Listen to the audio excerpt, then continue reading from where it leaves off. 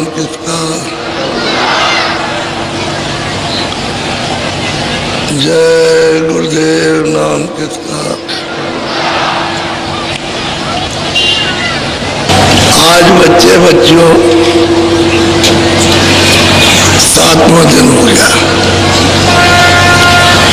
आपका इस सत्संग का जो कार्यक्रम हुआ है वो निर्विघ्न, कोई विघ्न बाधा नहीं, सब सद्भाव, सब प्रेम से आज समर्पण हो रहा है।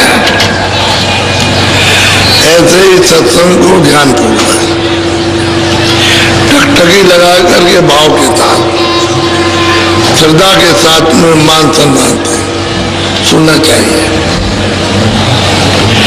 जब श्रद्धा भाव भक्ति रहेगी और प्रेम से सुनोगे तो सब चीज समझ में आएगी, सब चीज आ जाएगी आपके सामने, बैठे रहो सब खुलासा हो जाएगा, सब चीज का निरूपण हो जाएगा, कुछ बचेगा नहीं। लेकिन वो सुन लो उनकी बात को, सब निदान हो जाएगा। और सुनोगे नहीं, एक ही गोली देंगे उसी में तुम बल गए कि हम नहीं खाएंगे, तो गोली खा लो, हर तरह तरह की गोली मिलेगी। गोली कहते हैं बोली, जिस बोली में उलझे हुए हो, फंसे हुए हो, बोली तरह तरह की मिलेगी और उसी बोली के ही बीच में जाग जाओगे आप, सुनते रहो। सुनने में कभी मत थको कि जब पढ़ाया जाता है तो सब तरह का उसको बताया जाता है। अगर एक ही बात बता के रह जाए तो पढ़ाई की बात है, तो पढ़ाई में तो सब चीजें आती हैं, ताकि जानकारी सब चीजों को हो जाए। इसी तरह से महात्माओं का सत्संग सब चीज आ जाएगी जहां जहां तुम फंसे हो। जिन चीजों को तुमने अपना मान रखा है वो भी सब समझ जाए, जो तुम्हारी नहीं है वो भी समझ जाए, कोई चीज छूटेगी नहीं। लेकिन यह श्रद्धा प्रेम से सोचे तो अब की बार अच्छी तरह से लोगों ने बड़ी श्रद्धा प्रेम से सुना और उसको पकड़ा है। अब की बार तो ये कार्यक्रम बिल्कुल आपका अच्छी तरह से दया कृपा को लेते हुए सुलभता आज ये पूरा हो रहा। आप आज तक के लिए थे, हम इसलिए भेजना चाहते हैं जल्दी में कि आपका काम काज जो थोड़ा बहुत रह गया है उसमें चिंता फिक्र होकर तो तुम साधन भजन में छूट जाए, तो समय से अपना खेती का जो भी काम है बोने का या अभी अनाज रखा है धान वगैरह निकालने का उसको जाके सुरक्षा से निकालो। और मतलब यह काफले की तैयारी होगी, तुम एक दाना भी जो नहीं जाओगे उसको दे दोगे कि हमारा दाना काफले में पहुंचा देना, तो एक दाना भी आपके लिए लाभकारी। एक ही दाने से तो ये तमाम दाने होते हैं, 1 से 100 दाने और 100 से 1000 दाने। परमार्थ का सच्चा यानी मतलब निशाना वो परमार्थ का ही होता है, तो भौतिक नहीं होता। तो बर्बाद में इन सब चीजों का फल मिल जाएगा। ऐसा नहीं है कि वो चले गए हम नहीं गए तो हमारा वहाँ काफले में एक दाना, एक चने का दाना, एक गेहूं का दाना, या मतलब ये कि एक आधी चटान ये ले जाना और काफले में चढ़ा देना। तो मतलब ये अब आपकी डोरी लगी है एक दाने के साथ कि हमारा दाना पहुंचा कि पहुंचा के नहीं पहुंचा, वो पहुंचा कि नहीं पहुंचा, काफले में पहुंचा। कोई भी चीज, एक आपको मिसाल देता हूं, इसी तरह एक आदमी को बहुत दिन हुए, तुमने कहा भाई तुम क्या करते हो? कि मूर्ति पूजा करते हैं। मैंने कहा इसको ठीक से करो, जो तुम करते हो पूजा ही गलत है। तो कहले कैसा गलत? नहीं भाई पूजा ही तो बताएंगे हम, कोई ये नहीं बताएंगे, पूजा ही बताएंगे। तो तुम इसी की पूजा करो जैसे बता दिया जाए। तो कह लगे बताइए।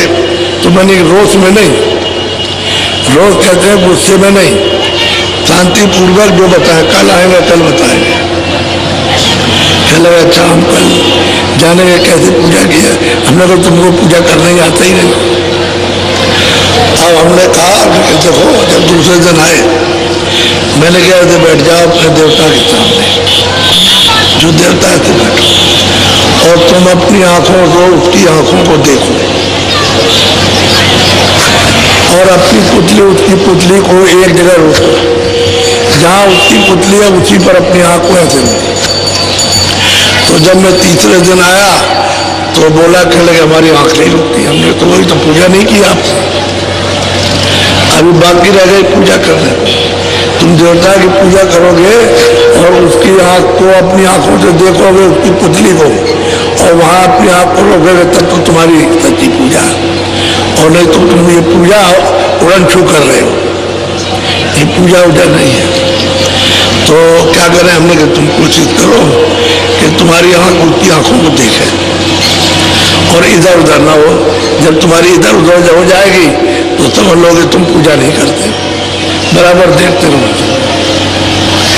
तो उसने 10 दिन अभ्यास किया बैठ के, तो उसकी आंख उनकी आंखों पर रुकने लगी। मैं 15 दिन के बाद उधर से लौट के आया तो मुझे वहां बैठा हुआ मिला, और ऐसे मतलब ये अपनी आंखों को उनकी आंखों से जोड़ रहा था। तो मैं जब आ गया तो उठ के खड़ा हो गया। मैंने कहा अच्छा ये बताओ कि तुमको इतने दिन में फायदा हुआ? जो लगे कि मैं उसको देखते देखते वो मूरत बिल्कुल सफेद हो गई। अब वो मूरत तो दिखाई देती नहीं, वो सफेद दिखाई देता है। देखिए आप, मूरत नहीं दिखाई देती, सफेद दिखाई देता। तो मैंने कहा भाई तू ऐसे आंख बंद करके बैठ जा। तो आंख बंद करके बैठा तो सब प्रकाश ही प्रकाश, प्रकाश ही प्रकाश। तो हमने कहा देख पहले तो बैठता था तो अंधेरा था, और अब तू बैठता है तो प्रकाश हो गया। देख अब तू देवता की सच्ची पूजा कर रहा। तो हमने कहा और कुछ मत करना, उसी प्रकाश में तू आंख बंद करके सामने देखना रोशनी में। तो सामने देखने लगा तो 10 दिन के बाद फिर आया तो पूछा कि अब तुझको कुछ दिखाई दिया? अरे कल बहुत सुंदर सुंदर चीजें दिखाई देती हैं। हमने पूजा तो शुरू की है, वो पूजा तो तू कर रहा था बनावटी, और ये देवता की पूजा करती है। अब देख तूने उस मूर्त को देखा तो उस मूर्त की शकल को अपने अंदर छुपा दिया। अब मूर्त तो नहीं दिखाई देती, कह लगे बिल्कुल नहीं दिखाई देती, तब से भेद हो गई। हमने दृष्टि उसमें ठहरने लगी और अंदर की आँख खुल गई। अब तेरी तीसरी आँख खुल गई, अब तो उससे देख रहा हो मूर्त में। देख आँख बंद कर दिखाई देता तो पहले यहाँ दिखाई देता। तो सही बात यह है कि उनको पूजा करना आता, पूजा कोई मना थोड़ी है, लेकिन करने का तौर तरीका जब महात्मा मिलेंगे तब बताएंगे। किसी का खंडन थोड़ी करते हैं, क्या वो खंडन किसी का करे? मंडन करते हैं। जो गलत काम कर रहा है उसी को सीधा कर देते हैं। इसी को व्यास जी ने कहा था कि भाई हम मूर्ति की स्थापना इसलिए करते हैं कि तुम जंगल में जा करके बैठ करके वहाँ यह अभ्यास करना, अपनी दृष्टि को उनकी आंखों पर टिकाना। जब टिकाते टिकाते दृष्टि ठहर जाएगी तो अंदर की आंख खुल जाएगी। इसलिए रखा था आप उसी चीज को मूर्त को घर उठा ले। पहले तो जंगल में थी, एकांत में थी, अब उसको घर में ले आए तो बजाए, अंदर बज रहा तो उसको बाहर बजाने लगे। वो बाहर जो बजाते हैं वही धोखा है, वही भ्रम है, वो भूल है, और अंदर बजने लगे वो सच्चा है। तो तुम्हारे अंदर ही बज रहा है, और जहाँ ये बाजे बज रहे हैं वो कीर्तन और आरती अखंड हो रहा है। वो कोई खंडन नहीं करते, मंडन करते, यथावत जो चीज है उसको बता देते। लेकिन लोग जो है उसको जानते नहीं, वो समझ बैठते हैं कि भाई मतलब ये है कि कोई खंडन करना है। किसी का खंडन नहीं, महात्माओं ने हमेशा मंडन किया। लेकिन तुम जब उनकी बात को पूरा नहीं सुनोगे तो फिर समझ में कुछ नहीं आया। एक दिन तुमने समझ लिया खंडन हो रहा तो तुम चले गए, दूसरे दिन आ जाओ, तीसरे दिन सुन तो लो सब बात, तो समझ में आएगी। तो फिर हमने उसको रास्ता बताया तो भजन करने लगे। फिर वो लगे भजन में, कह लगे आप नहीं बताते तो मैं यही ऊपर का सब पढ़ता रहता और मुझे कुछ भी मिलने वाला, मेरी तो सब भूल मिट गई। तो मैंने क्यों मिटी है कि तुमने समय दे दिया, समझने का समय दिया। यानी रोष में नाराज नहीं हुआ, क्रोधित नहीं हुआ। नहीं, क्रोध आ जाए तो चला जाएगा, फिर क्या पाएगा। इसलिए आप सुन, जो रास्ता नामदान का आपको दिया गया है, वेद जो युक्ति बताई गई है उसको आप अच्छी तरह से रमा कर लो। और जैसे जैसे सिमरन बताया, जैसे ध्यान, वैसे वैसे भजन शुरू कर दो तो अंदर का तुम्हारा घाट खुल जाएगा। घाट खुलेगा तो अंदर दृष्टि खुल जाएगी, कान भी खुलेंगे, नासिका भी खुल जाएगी। तो यही सूरत उस प्रकाश में खड़े होकर के देखी जाएगी। क्योंकि जब घाट खुलेगा तो अंधेरा जाएगा, उजाले आएगा, प्रकाश आएगा, रोशनी आएगी। अंधेरे में तो कुछ दिखाई देता नहीं है, लेकिन जब वो प्रकाश आएगा तो दिखाई देगा। इसीलिए अंधेरा आपने कर रखा है। अब आपसे कहा जाता है कि अंधेरे में वो एक जगह अपनी आंख को रोको तो तिल आ जाएगा। तिल है निशान, वही पुतली का, पुतली पर आंख रोकने का निशान है।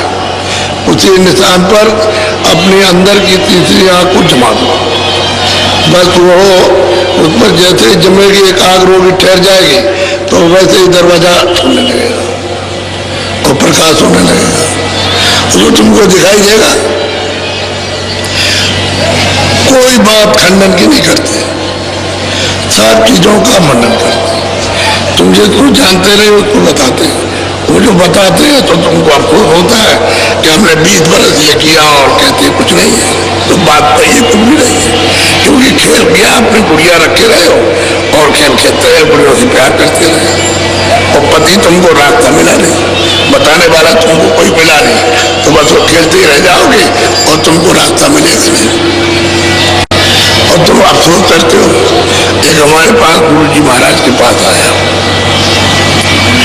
चले हम आए महाराज नगर कोट गए थे और देवी जी का दर्शन करने आए, तो हमने उसके नाम पर गांव वालों को सबको भोज किया। अब हमको ये सत्संग बहुत पसंद आया और आपने जो रास्ता बताया ये सच्चा है और मैं इसका भजन करने लगा। मैं ध्यान करता हूँ, सूरज मुझे दिखाई देने लगा। तो अब तो मैं मतलब आपको मानता हूँ और किसी को नहीं। एक दिन बोला, कई दिन के बाद कह लगे महाराज आप तो हमारे हैं ही और हम आपके, लेकिन देवी जी भी बैठी रहे तो कोई नुकसान है। जिसके नाम पर 300 रुपये सत्ती के जमाने में खर्च किए, अगर वो भी एक तरफ बैठी रहे तो आपको तो मैं मानता ही हूँ और आपको मानूंगा तो मैं तो आपको होंगे, लेकिन वो भी बैठी रहे। तो स्वामी ने साफ कहा, अरे बच्चा तू मेरे नाम से, मेरे नाम से तो 700 रुपये खर्च करके सबको भोज करा दे, फिर देख ले तुम। तो उन्होंने कहा कि अच्छी बात है। तो 700 रुपये का सामान मिलाया, गाँव वालों को, अड़ोस पड़ोस को जान पहचान के थे उनको बुला लिया और भोज कर दिया। बहुत खूब खिलाया प्रेम के साथ में उसने और अपना भजन करने लगा। तो महीने, 2 महीने, 4 महीने बीते तो उनका रामलाल अब वो देवी है कि नहीं है? क्या लगे आप नहीं है, अब तो आप ही आप दिखाई देते हो। पहले देख तू 300 रुपए की पकड़े हुए था कि मैंने उसके नाम से खर्चा किया तो भी बैठी रहे, अब तूने मेरे नाम से इतना खर्चा कर दिया तो अब नहीं मैं रह गया, अब वो चले गए। तो आप पकड़े रहते हो, इसलिए तो ये देर लगती है। अगर एक तरफा हो जाओ तो काम जल्दी बन जाए। तो उसको मतलब ये कि डरते रहते हो, कभी इसको डरोगे, कभी लोग क्या कहेंगे, रोक लेती है। अरे तो सच्चा भजन है, आत्म कल्याण का इसमें क्या है? ये लोग प्रयास में लोग नीति में रस आ जाएगी। अरे जो हम भजन कर लेंगे, जो उसकी कमाई करेंगे, वो हमारे साथ चलेगा, बाकी तो कुछ जाएगा। तो आप लोग से डरते हो कि लोग क्या कह देंगे, कह रहे तुम पहले ये करते थे अब ये क्या कर रहे हो। तो आदमी डरता है, भय लगता है उसको लोग क्या कहें, उसकी शर्म की वजह से सच्चा रास्ता छूट जाता है। इसलिए मैं आपको बात बताता हूँ कि कभी महात्मा किसी का खंडन नहीं करते, किसी को नहीं, और सब यथावत सबके लिए बताते हैं और कहते हैं भाई जिसका जो काम है अपना अपना काम करते हैं। आपकी बुद्धि इतनी प्रखर विशाल बुद्धि नहीं है कि हर बात को पकड़ लेना, समय लगेगा। सुनते सुनते जब पकड़ में आ जाती है तो सबका निदान हो जाता है, निकल आता है। इसलिए आप मोटी बात को समझो, ज्यादा महीन बात नहीं कुछ भी, और हम सरल सीधा मतलब होते हैं। तो आप आज बहुत चले जाएंगे, लेकिन जिले के प्रेमियों, ये जो रावटी और बिजली और ये बात खड़े हुए और पाइप की लेन बिछी पानी जा रहा, इसकी थोड़ी सी आप एक दिन दो दिन मदद कर दो, सब उखड़ के आ जाए और ये फिर काम में आएगा तो ये रख दिया जाएगा। तार तार में चलाएगा और जो कुछ भी होगा सब वहां आ जाएगा। तो यही फिर लग जब आएगा कार्यक्रम होली का तो लग जाएगा। इसलिए ये सेवा करना आप सामूहिक सेवा है, सबकी सेवा सबके काम आती है। कोई मेरे अकेले के लिए तो है नहीं, सब जो लोग आए सब के सब उससे लाभ फायदा उठाया और मतलब जा रहे हैं तो वो लगा तो रहेगा नहीं, टूट जाएगा, कोई निकाल ले जाएगा तो व्यवस्था बिगड़ेगी। इसलिए आप उनको रोक लो, और कहीं गड्ढा हो गया और सोच रहा था कि पूरा मट्टी डाल दो, गड्ढा पूरा हो जाए, ताकि किसी का मैदान हो तो ये ना समझे गड्ढा करके चले गए, बराबर हो जाए तो लोग खुश रहते हैं। इन्हें ऐसा नहीं है, खुश नहीं रहते, वो जानते हैं कि आते हैं और फिर अपना ये सब करके और फिर चले जाते हैं, कोई परेशानी नहीं है। तो ये सेवा थोड़ी रहेगा। अब की बार जल्दी नहीं आया और मैं इधर तकलीफ में था, नहीं तो मैं दौड़ करके सब करा लेता, तो मैं कहीं जा नहीं सकता हूँ, बड़ा मुश्किल था और ये लोग आए नहीं, तो थोड़ा बहुत रह गया, थोड़ी बहुत व्यवस्था रह गई क्योंकि लोग आए बहुत, तो उनके लिए रह गए, लेकिन उनको कोई तकलीफ नहीं, जिसलिए आए थे वो चीज मिली उनको। जब दूसरी आए हो तो थोड़ा बहुत सहन भी कर लेते हैं कि भाई हम किसी चीज के लिए आए तो हमको मिली है। एक दिन दो दिन में क्या होता, सफर करते हो, जमीन में बैठ जाते हो आप, वहाँ तो कोई घर नहीं होता है, तो मतलब खाना मिल गया, सुबह का शाम मिल गया तो अपना खा लिया। तो इस तरह से अब यहाँ कभी किसी को, वैसे तो सब इंतजाम हो ही जाता है, लेकिन थोड़ा बहुत कभी देर अब ऐसे कमी बेची रह जाए और फिर कम ज्यादा आ जाते हो। अब गिनती के उतने आओ तो ठीक है, उससे दूने आ जाओ तो हो जाएगा, तब तो थोड़ा बहुत गड़बड़ हो जाएगा, ये पूरे रहोगे और रुकते रहो तो तुमकी तो व्यवस्था है। अब जो इंतजाम करने वाले वो देर में आए होंगे तो जल्दी जल्दी में, इसलिए थोड़ा बहुत मदद कर दोगे संगत की, ये सब सामान आ जाएगा, फिर आप चले जाओ, तो रोकते नहीं है।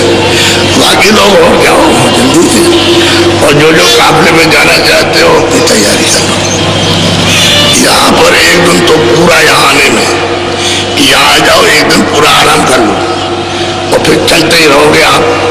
जो 30-35 दिन चलोगे सुबह शाम, तो जो चलते रहोगे उसमें चलते ही रहोगे, उठो बैठो बस ये है, बस चलते रहोगे तब ये सब काम पूरा होकर के आएगा। जैसे अभी काफला हुआ, सुबह शाम चलते रहे, किसी को 2 सप्ताह नहीं मिले और किसी को छुट्टी नहीं मिले, क्योंकि वो पहुंच ही नहीं पाया वहां पर। वो चलता रहा दिन भर और रात भर चला, कहीं सो लिया होगा रास्ते में, और चलते रहे तो 2 से 3 दिन तक टूट गए, तब जाके मिला। हम उनको पूरा मौका देते हैं कि भाई 50 किलोमीटर है तो तुम चले चलो, तुम मिल जाएगा। तो देर अबेर थोड़ी हो ही जाती है, उसमें देर तब तक सब पूरा हो गया और अब 10 बजे चल रही है, तो वहाँ 1 बजे 1:30 बजे पहुँचते वहाँ, और शाम को फिर 3:45 बजे से शुरू हो गया। तो जब तक ये पहुँचेंगे वहाँ 50 किलोमीटर और साइकिल वाले, तब तक वो भी खत्म हो जाएगा। तो लोग थोड़ा आराम करते हैं और खाया पिया रात को चलती है। इस तरह से 2-3 क्रम तो ऐसा, फिर थोड़ा थोड़ा कवर कर लिया और तो मिलने लगा। लेकिन चिंता फिक्र किसी को नहीं, क्यों? वो समझते थे काम तो अपना ही है। हंसी खुशी से लोगों ने पूछा, भाई आपको कोई तकलीफ है? कोई तकलीफ नहीं, हमको कोई तकलीफ, बहुत परेशान आते हुए। और छोटी छोटी बच्चियां और बच्चे भी अगर आप उनको देखेंगे तो माथा कूटेंगे कि इतने छोटे बच्चे और ये बच्चियां, लड़कियां साइकिल चला रही हैं, छोटी सी लड़कियां, आपको देखना चाहिए। हमने देखो ये बच्चियां छोटी हैं और साइकिल चला रही हैं, बच्चे छोटे साइकिल चला रहे और पूरी यात्रा की हो। अब उसका फल तो उनको मिलेगा ही, ऐसी बात तो नहीं है कि नहीं है। बोलो थोड़ा सा जय गुरुदेव।